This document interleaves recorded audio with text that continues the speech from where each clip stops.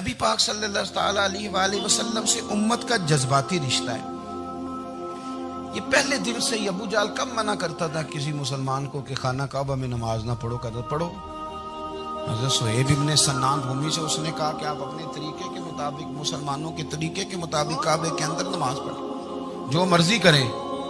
روکتے تو وہ نبی پاک کے قریب جانے سے تھے. وہ منڈیوں میں بیٹھ جاتے تھے، حضور کے قریب نہ جانا، حضور کے قریب نہ جانا، حضور کے قریب نہ جانا. میری بات کو آپ سمجھے اور ہمیشہ یاد رکھیں، امت کا نبی پاک سے جذباتی رشتہ. جذباتی، یہ جو رسول اللہ کی امت ہے یہ گناہگار ہو سکتی ہے پر اپنے نبی کی غدار نہیں ہوتی. میں آپ کو صحیح کہہ رہا ہوں. میرے کلین شیو نوجوان کے کان میں آپ جا کے کہیں نبی پاک، چاہے اس نے نماز نہ پڑھی ہو، چاہے اس نے داڑھی نہ رکھی ہو، آپ حضور کا نام لیں اس کے رونگٹے کھڑے ہو جاتے ہیں. اس کی طبیعت، اس کا دل دھک دھک کرتا ہے. اس کی ایک ایک روح سے محمد محمد کی آوازیں نکل. یہ فیض ہے رسول پاک کا اور یہ کرم ہے اللہ کا اس امت کے ساتھ. امیر ملت پیر جماعت علی شاہ صاحب محدث علی پوری فرماتے ہیں ایک جگہ ہندوؤں کا جلسہ تھا، ہندو پنڈت تقریر کر رہا تھا. اس نے نبی پاک صلی اللہ علیہ وسلم کی شان میں معاذ اللہ کو بے ادبی کر دی. مسلمان تھے ہی نہیں. ایک مسلمان تھا، وہ ملنگ نہیں ہوتے دوری ڈنڈے والے، اس کے پر رنگین ڈنڈا تھا، وہ کہیں دور بیٹھا تھا. تو اس نے سن لی، اسپیکر چل رہا تھا، تو وہ ڈنڈا لے کے تو اسٹیج پہ چڑھ آیا. وہ کہتا ہے میں نے پنڈت کے سر میں مارا ایک ہی ہے پر مارا ذرا صحیح کر کے. وہ ڈھیر ہو گیا، لوگوں نے گرفتار کر لیا، جیل میں چلا گیا. پیر صاحب کہتے ہیں میں ملنے گیا، بندے کو بسم اللہ بھی سیدھی نہیں پڑھنی آتی، سورۃ اخلاص بھی ٹھیک نہیں آتی، ربنا آتینا دعا نہیں کر سکتا، ملنگ ہے. میں ملنے گیا اور میں نے کہا یار نہ تو نماز پڑھے، نہ داڑھی رکھے، نہ تو مسجد جائے، پر تو نے کمال کر دی. تو کہتے ہیں پیر صاحب چھم چھم رویا اور پنجابی میں کہنے لگا پیر صاحب میں گناہگار ہاں پر اپنے نبی دا غدار تے نہیں نا. یہ گناہگار اور غدار میں فرق ہوتا ہے. میں گناہگار ہوں پر یہ تو نہیں نا کسی کی ضرورت کہ میرے سامنے میرے نبی کے بارے میں بات کر جائے اور ساڈی اچھی تے سچی سرکار نو گل کر جائے. یہ بات آپ سمجھیں. دشمن احمد پہ شدت کیجئے، ملحدوں سے کیا مروت کیجئے، شرک ٹھہرے جس میں تعظیم رسول، اس برے مذہب پہ لعنت کیجئے. اور مثل فارض زلزلے ہوں نجد میں ذکر آیات ولادت کیجئے اور یا رسول اللہ کی کثرت کیجئے. نبی پاک کا پیار امت کے لیے سرمایہ حیات ہے. رسول پاک کے ساتھ امت کا والہانہ رشتہ ہے. نبی پاک کے ساتھ والے حضرت خبیب کو گرفتار کر لیا مکے والوں نے. اس وقت غربت تھی اسلام پر. مکے میں سارے لوگ کٹھے ہو گئے اور چوک میں پھانسی دینے لگے حضرت خبیب. کہنا آسان ہے، کرنا بڑا مشکل ہے. بندہ جیل میں الجھ جائے تو میں نے بڑے بڑے سیانے لوگ معافیاں مانگتے دیکھے، بڑے بڑے لوگ کہتے دیکھے ہیں کہ یہ کام بڑا. قید تنہائی بذات خود ایک مصیبت ہے. آپ کو اکیلا رہنا پڑ جائے نا، یہ لاک ڈاؤن ہوا ہے تو لوگ نفسیاتی مریض بن گئے. اکیلے رہنا، تنہا رہنا کوئی چھوٹا کام ہے. حضرت خبیب اکیلے اور مکے کا دور اور چاروں جانب کافر، اور چوک میں جب پھانسی پہ لٹکایا جانے لگا تو ابو سفیان بولے اور بول کے کہنے لگے یار بندہ کوئی کام کر کے بڑا پچھتاتا بھی ہے کہ یار نتیجہ کیا نکلا. تو معاذ اللہ آپ کا بھی نتیجہ تو پھانسی ہے. تو آپ کا کیا خیال ہے؟ یہ آپ یقین کریں کہ لوگ صحیح صحیح ساتھ چلتے ہیں، تھوڑی سی دشواری اٹھانی پڑ جائے تو کہتے ہیں میں گاڑی ٹھیک تھا، پر انہی پتھروں پہ چل کے اگر آ سکوں تو میرے گھر کے راستے میں کوئی کہکشاں نہیں ہے. لوگ نا میٹھا میٹھا کھانا چاہتے ہیں، تھوڑا کڑوا آ جائے تو مصیبت بن جاتی ہے. کہتے ہیں سارے فلانے سے پیار کریں گے تو میں کروں گا، سارے مخالفت بھی کریں گے تو ہم انشاءاللہ پیار ہی کریں گے. یہ کیا بات ہوئی کہ ہم زمانے کا رنگ دیکھ کے چلیں گے؟ اب بعض لوگ پچھتا رہے ہوتے. حضرت خبیب سے کہا ابو سفیان نے، ابھی کلمہ نہیں پڑھتے تھے، کہنے لگے تو اس وقت پھانسی پہ لٹک رہا ہے اور تیرے نبی مدینے میں اور آرام میں اور ان کے صحابہ آرام میں، اہل بیت گھر میں. تیرے ذہن میں اگر اس وقت یہ بات ہو کہ اس وقت تیری جگہ پہ وہ ہوتے معاذ اللہ، تو پھر کیا ہوتا؟ مجمع غیروں کا، علاقہ غیروں کا. یہ ٹائم آیا تھا اب نعرہ رسالت لگانے کا. اب ٹائم آیا حضرت خبیب نے نعرہ رسالت لگانا ہے، پر لگانا کس طرح ہے کہ کافر یاد رکھیں. حضرت خبیب سے کہنے لگے اگر تیری جگہ حضور ہوتے تو پھر تیرا کیا خیال ہے معاذ اللہ؟ تو حضرت خبیب کہنے لگے تم ابھی بھی نہیں سمجھے. ٹھیک ہے میں مکے میں اکیلا ہوں، سارے لوگ مدینے میں ہیں، پر میں پچھتا نہیں رہا، میں تو فخر کر رہا ہوں. میں فخر کر رہا ہوں اس لیے کہ چوری کر کے جان نہیں دے رہا، مدینے والے کی عزت پہ جان دے رہا ہوں. میں فخر کر رہا ہوں. فرمایا سن، تو کہتا ہے تیری جگہ حضور ہوتے اور تم انہیں یہاں معاذ اللہ پھانسی پہ لٹکاتے. فرمایا سن، میں تو یہ بھی پسند نہیں کرتا کہ میں گھر میں بیٹھا ہوں اور میرے نبی کو ہلکا سا کانٹا بھی چبھ جائے. ہمارا اپنے نبی سے محبت کا رشتہ ہے، ایک کانٹا بھی حضور کے قدم مبارک میں چبھے ہمیں برداشت. مجمع ان کا تھا، نعرے لگ رہے تھے، ہم نے مسلمان پکڑ لیا، لیکن حضرت خبیب نے اکیلے، اللہ کرے آپ کو میری بات کی سمجھ آئے، اللہ کرے آپ کو سمجھ آئے، اکیلے جب پھانسی کے تختے کے قریب نعرہ لگایا نا کہ میں تو کانٹا بھی نہیں چبھنے دوں گا اپنے نبی کو، اب سارے ہار گئے. اب اس ایک جملے نے نا ان کو شکست خوردہ کر دی. اب بول کچھ نہیں سکتے تھے، گردنیں جھک گئیں. اور جب سناٹا چھایا تو ابو سفیان ساتھ والے سے کہنے لگا باقی ساری باتیں اپنی جگہ پر ہیں، پر اصحاب محمد سے پیار تو بڑا ہی کرتے ہیں نا.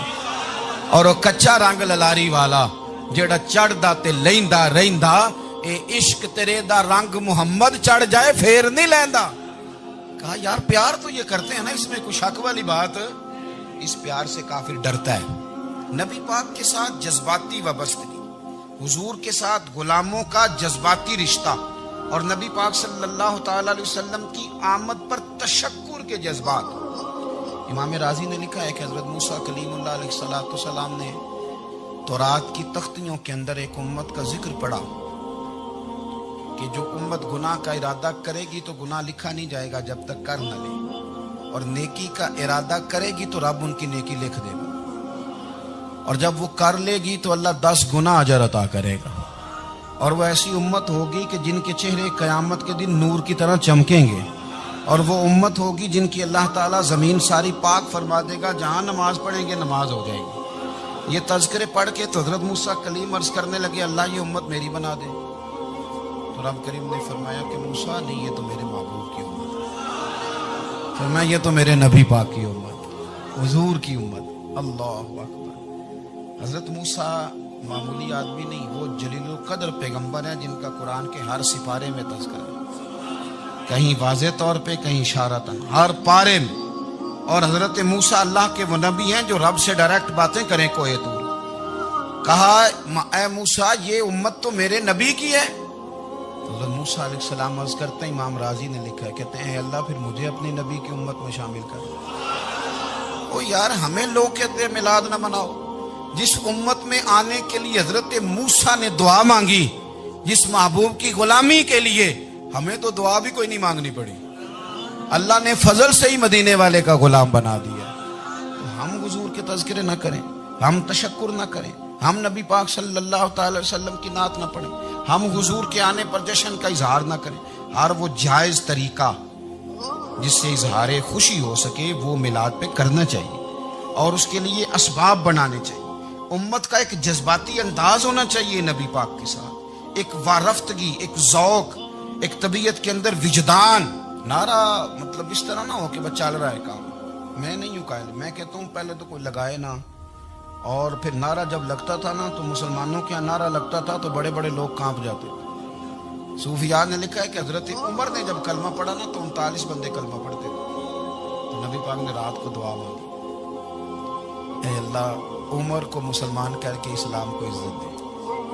حضرت عمر سویرے آ گئے، میں وہ تفصیل میں نہیں جاتا، بات لمبی. حضرت عمر جب آئے نا، اور انہوں نے آتے جب کہا نا کہ میں کلمہ پڑھنے آیا ہوں، تو حضور اتنے راضی ہوئے کہ نبی پاک نے کہا اللہ اکبر.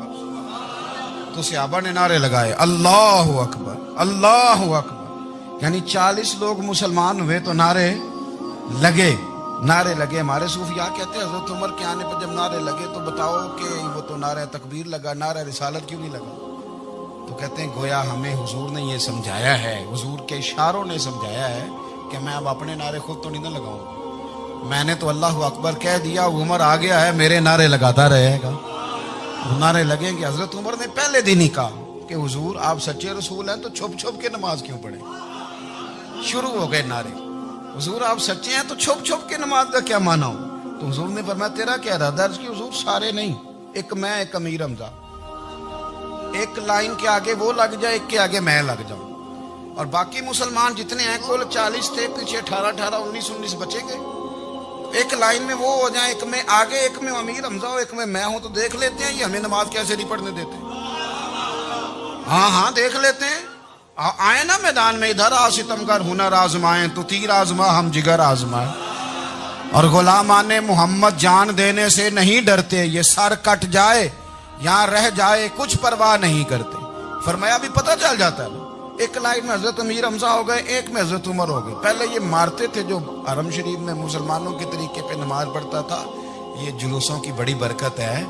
اندر بیٹھے رہے نا چپ کر کے، نکل جائیں تو پتہ کچھ بھی نہیں چلتا. جب نکلتے ہیں لوگ کہتے ہیں جلوس کیا کا معنی ہے، تو میں بتاتا ہوں نا جلوس کا معنی کیا ہے. حضرت عمر نے باہر نکلے 2 لائنوں کا جلوس، لمبا بھی کوئی نہیں، بندے بھی 40. اور جناب فاروق اعظم باہر نکلے تو عمر کا نعرہ، عمر کا. حضرت عمر نے یوں کر کے آستینیں بازو کی چڑھا لی اور اپنے گلے میں جو ان کے رومال تھا نا اس کو یوں سینے پہ باندھا، اور اس ہاتھ میں تلوار تھی تو یوں کر کے باہر لہرائی. کہنے لگے او مکے کے کافرو ادھر آؤ میرے سامنے. جس نے اپنی بیوی بیوہ کرانی ہو، جس نے بچے یتیم کرانے ہوں، وہ آئے میدان میں. مصطفیٰ کے غلام آج سڑکوں پہ نکل آئے میدان میں ہمارے سامنے ہمارا مقابلہ کرے. آئے نا میدان میں، ہم نکلے ہیں. اب ہم یہاں کعبے میں اعلانیہ نماز پڑھیں گے، ہم پڑھیں گے. طاقت ہے تو آؤ نا ہمارا مقابلہ کرو، آؤ. کفر بذات خود بہت بڑا جھوٹ ہے، اور جھوٹ کے پیر بس 2 بندے نکلے تلواریں لے کے آگے. تو پھر حضرت عمر نے اعلانیہ نماز پڑھوائی خانہ کعبہ. تو میرے بھائی رسول اللہ صلی اللہ علیہ وسلم کے غلام تو جب نعرہ لگاتے تھے تو ہو ہی کمال جاتا تھا. پھر بریلی کے امام بولے، کہنے لگے پیش حق مجدہ شفاعت کا سناتے جائیں. حضور قیامت کے دن آگے نا ہمارے آگے خوشخبری دیں گے، کہیں گے تم فکر نہ کرو، آ جاؤ میں تمہیں بخشواتا ہوں، میں تمہاری سفارش، آ جاؤ پیچھے. حضور نہ پیش حق مجدہ شفاعت کا سناتے جائیں گے. یقین کریں بریلی کے امام کو بھی بڑا ہی رنگ آتا ہے بیان کرنے کا. کہنے لگے آپ روتے جائیں گے. اللہ کو منانا ہے نا حضور نے. کہتے ہیں پیش حق مجدہ شفاعت کا سناتے جائیں گے، آپ روتے جائیں گے، پر ہم کو ہنساتے جائیں گے. باغ جنت میں محمد مسکراتے جائیں گے، پھول رحمت کے گریں گے، ہم اٹھاتے جائیں گے. اور حشر میں ہوگا ہمارا داخلہ اس شان سے، ہم یا رسول اللہ کا نعرہ لگاتے جائیں. ہم یا رسول اللہ کا نعرہ. امام راضی کہتے ہیں حضور نے ایک رکا پکڑا چھوٹا سا، ایک بندے کو لوگ دوزخ میں لے کے جا رہے ہیں. اچھا مجھے ایک بات بتاؤ، فیصلہ پہلے ہو گیا ہے، اللہ کے سامنے ہوا ہے، اور فیصلہ ہو گیا اور طے ہو گیا کہ دوزخ میں جانا ہے. وہ قریب پہنچ گئے دوزخ کے، تو حضور نے دیکھ لیا. اور بتایا کس نے؟ حضرت آدم نے. حضرت آدم کہنے لگے حضور وہ آپ کے غلام کو دوزخ میں لے جا رہے ہیں. نبی پاک آگے گئے. کیا پڑھتے ہیں ہمارے بھائی؟ حضور نے مجھے ان سے چھڑا کے چھوڑ دیا. نبی پاک صلی اللہ علیہ وسلم آگے گئے، فرمایا ادھر آؤ، کہاں لے کے جا رہے ہو؟ اللہ کے سامنے فیصلہ ہوا نا، فرشتوں نے کیا ہے نا. فرشتے کو کسی سے بددیانتی تو نہیں نہ کرتے، فرشتوں نے جو کیا ٹھیک کیا ہے نا. کیوں لے کے جا رہے ہو؟ سونے گناہ زیادہ ہے، نیکیاں تھوڑی ہیں. فرمایا میرے سامنے تو کسی فرشتے نے نہیں کہا کہ سونے معاذ اللہ ہم کو بے ایمان ہے، ہماری کوئی سے زد چل ساڈا کو بننا سان جائے دے نال. بھائی میرا مطلب ہے صحیح تولا ہے، فیصلہ ہے، فرمایا دوبارہ تولو. گویا رب بھی فرماتا ہے جیسے میرا محبوب کہتا ہے ویسے ہی کہتا ہے. کوئی نہیں دوبارہ تول لو، کوئی حرج نہیں، تولو نہ دوبارہ. فرشتے دوبارہ آئیں گے، انہوں نے دوبارہ تولا. ایک پلڑے میں نیکیاں، ایک پلڑے میں گناہ. اب وہ گناہ پھر زیادہ نکلے تو نبی پاک نے نا جیب سے اتنا سا روکا نکالا. روکے کا بھی کوئی وزن ہوتا ہے. وہ حضور نے نیکیوں کے پلڑے میں رکھ دیا، نیکیاں بڑھ گئیں. فرشتے بھی چپ کر گئے. چلو بھائی جنت میں. میری طرح کا تھا نا پتہ سارا ہے سردار کو کی دیا، پتہ تو تھا نا اسے من آنم کے من دانم. تو سیدھا حضور کے قدموں سے جا لگا.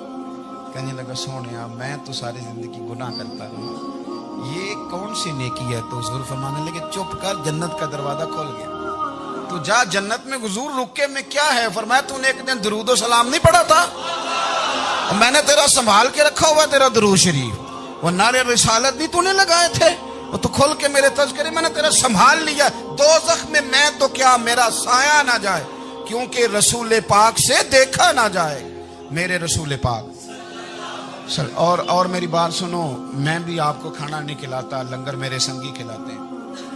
میرے دوست آپ کو کھانا پیش کرتے ہیں. ہر جگہ آپ جاتے ہیں تو وہاں کچھ لوگوں کی ڈیوٹی ہوتی ہے، لیکن ترمذی شریف 66 کی حدیث ہے. حضرت انس نے پوچھا تو حضور قیامت میں کہاں ملیں گے؟ فرمایا حوض کوثر پہ.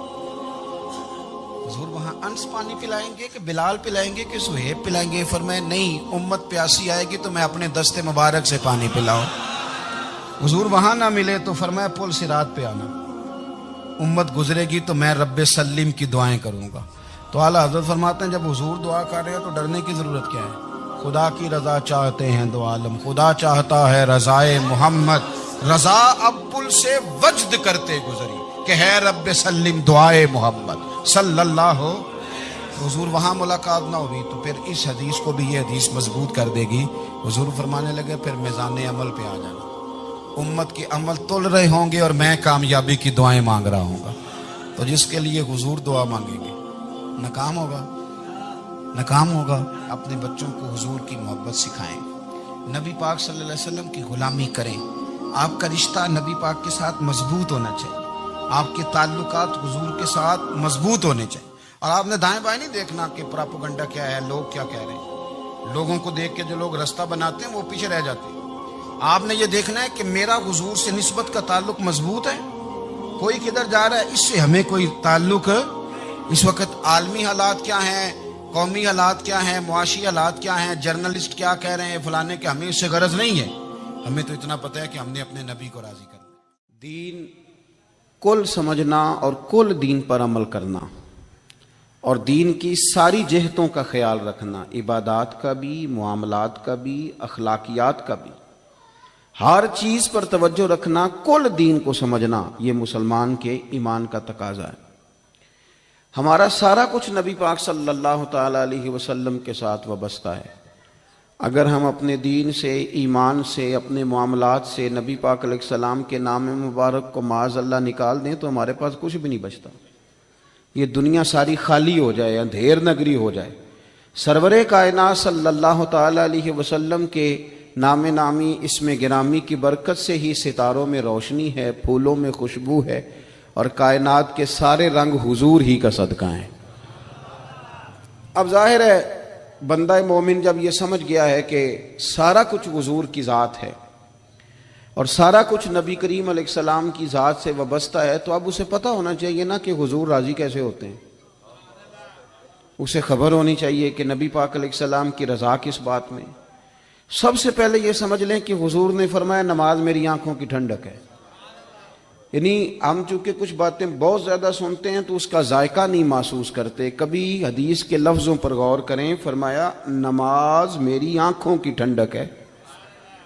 یعنی کہتے ہیں نا آنکھیں ٹھنڈی ہو گئیں، تو حضور فرماتے ہیں جب تو سجدہ کرتا ہے نا میرے امتی، جب تو نماز پڑھتا ہے، رکوع قیام سجود کرتا ہے، تو تیرے نبی کی آنکھیں ٹھنڈی ہوتی ہیں.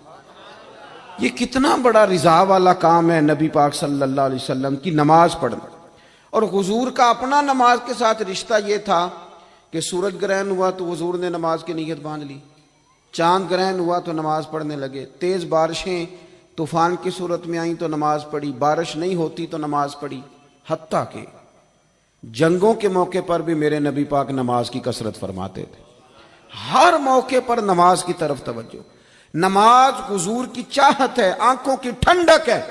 وہ کس طرح کو امتی ہے جو یہ نہ چاہے گا کہ میرے نبی کی آنکھیں ٹھنڈی ہوں.